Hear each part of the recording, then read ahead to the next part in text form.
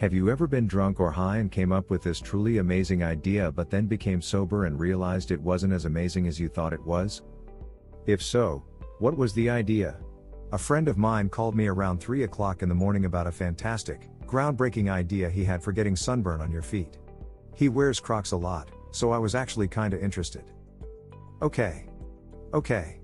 So, like, cloth or something you can put on your feet that would keep you from getting sunburn from the holes. Socks. He was describing socks. I have two. 1. Turning a toaster sideways and putting in mini pizzas to bake them rather than microwave them so they don't end up soggy.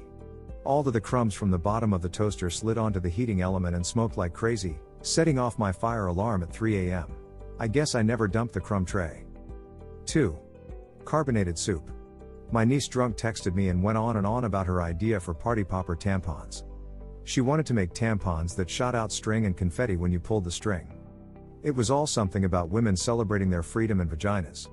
It was a very confusing 2 a.m. series of texts when she was just supposed to let me know she made it home safe from her night out. Running for my local school board. I had a lot of issues with the way the education works in our country and believed the best way to fix the system was by running an honest campaign and promising to fight for the change that would help kids learn better. Ultimately, I sobered up and realized at the time, unemployed, stoned 24-year-old with no kids was not the best candidate. Cardboard boxes for kitty litter that open on the side like origami. Forms a litter box for cats. At the end of a week you fold it all up, throw it away and then open a new one. So much cardboard waste, because it would have to be treated to be water resistant on the inside and would be completely unrecyclable afterward. Got really high and had the sudden realization that things that are lighter than air are the things that float. I wondered there's more than just helium that's lighter than air contents, how come we don't have other ways to fill balloons and stuff? Then my friend goes, ever heard of the Hindenburg dumbass? My friend is a lawyer and when he was in law school did a summer internship to Ghana studying international law.